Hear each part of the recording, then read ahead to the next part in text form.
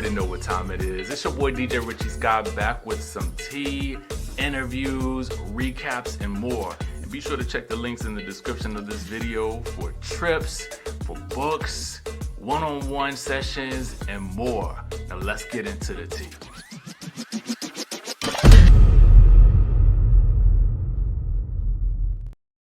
All right, Skye Squad, it looks like it is the end of an era.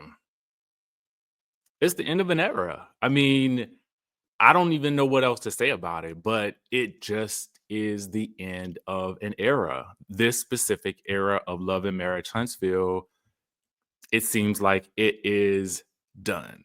Okay. So what's next? I don't know. But let's get into what we do know, or at least what has been posted, right? So the first thing that I see when I wake up this morning is this post on the Bravo Shade Room, right? And, you know, I had also heard, not from the Bravo Shade Room, there was another post I think that was out about Karen leaving, but I didn't see it on Karen's Instagram page. That does not mean that it's not true, but I just didn't see it. And I didn't see it in any other like write-ups. So I was kind of like, I don't know what to do about the story just yet, because it wouldn't surprise me if she did quit, but it would also kind of surprise me if she quit. But I felt like we would see something on her page. And when I saw this, I immediately, of course, went to Melody's page. And while I don't see the post, I did also see that this was posted to Essence, okay, as well. So we'll get into the Essence piece in 1 second, and we'll also talk about, some of the things that Melody had to say in her live that some of you guys had alerted me to when we were talking about something else. I cannot remember what we were talking about earlier this week. You guys had pointed out that she had done a live, but I had not had a chance to watch it until yesterday. And then yesterday, I got caught up in the Real Housewives of Atlanta trailer, so we really weren't able to really touch on it. But let's get into what this says. It says, in 2018, I decided to share my life with the world as a cast member on the Oprah Winfrey Network's Love and Marriage Huntsville.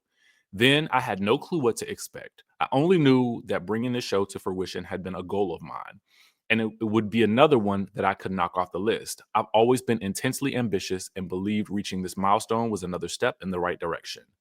And it was, for many reasons. Because of my time spent on the show, much of my life is now documented and sealed in history. I've been presented with opportunities beyond my dreams. I've had the pleasure of meeting some amazing people, while unfortunately also learning tough lessons about life, relationships, and friendships. I count it all a blessing, because without pressure, there is no diamond. It is not easy bearing some of your darkest moments to the world, but it becomes easier when you know you were created to withstand the heat. Still, this chapter must come to a close, and this is the end of my chapter with Love and Marriage Huntsville.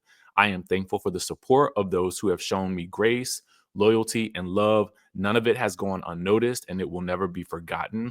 I'm excited for my next chapter and what's to come. God bless. Love, your 2024 reality TV queen. Okay, so if you also go to the Bravo Shade Room's Instagram stories, you will see that they have screenshots from where it appears as though Melody has commented on someone else's YouTube channel. And I will post that person's channel in the description of this video. Now, let's take things over to the Essence piece, because I kind of want to share a bit of that with you guys as well. Just because I wanted to do a little bit of searching myself. It says Melody bids farewell to Love and Marriage Huntsville, and honestly, she deserves this piece. It says Melody endured a messy divorce, on-screen betrayals, and off-screen harassment. Now she's reclaiming her time and leaving Love and Marriage Huntsville behind. So this was updated on January 30th. Today is the 31st. And basically, it says after 9 drama-filled seasons, business and beauty mogul Melody Sheree is officially saying goodbye to Love and Marriage Huntsville. And let's be real, she's more than earned this exit. The OWN network star made the announcement Wednesday during a candid Instagram live session with fans before releasing an official statement that read like a woman fully reclaiming her time.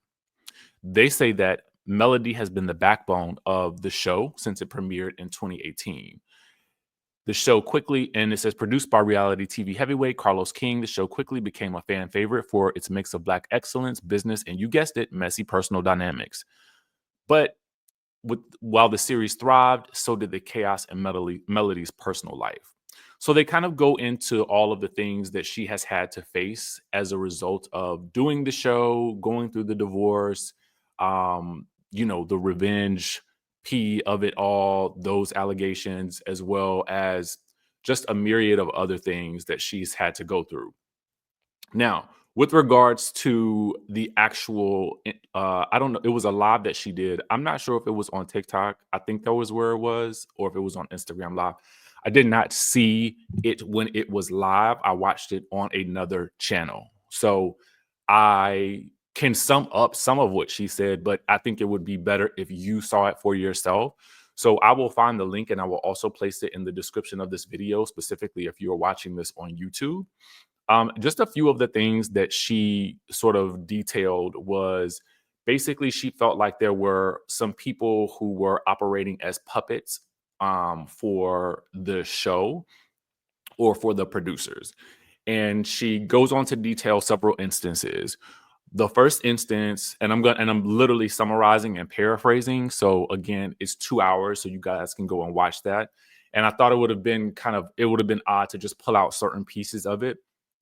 But she essentially talks about the Kimmy situation. She details that after Kimmy and she had that conversation initially about the DUI, and she wasn't getting anything from Kimmy. She was asked to ask about that situation, is what she says, because she says that they told her that nobody was talking about it. So she, being the person that she is, was asked to go in and do the work. And remember, I talk to you guys all the time about somebody has to do the work. So when you see somebody asking about something, it's usually them doing the work of reality TV, right? So she was basically put to the task to do that, she alleges.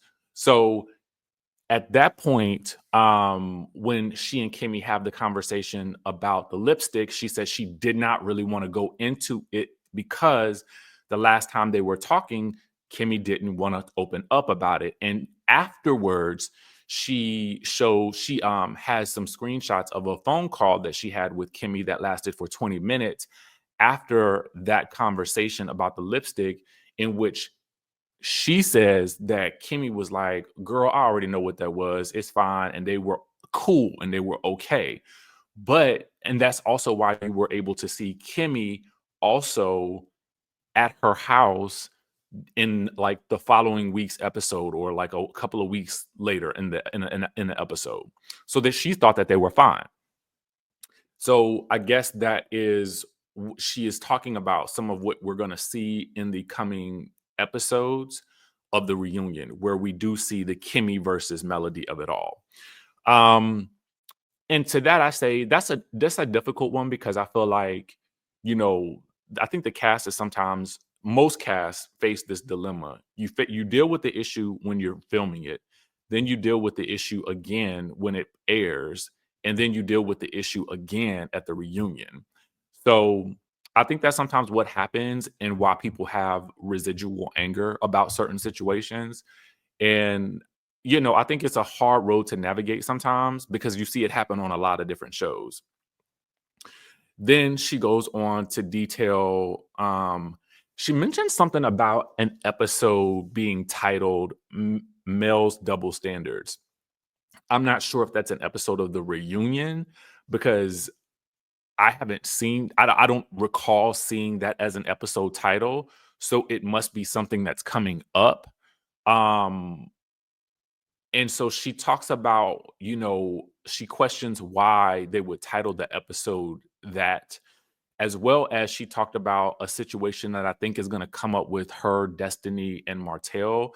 and she mentioned something about how she would never try to groom anyone.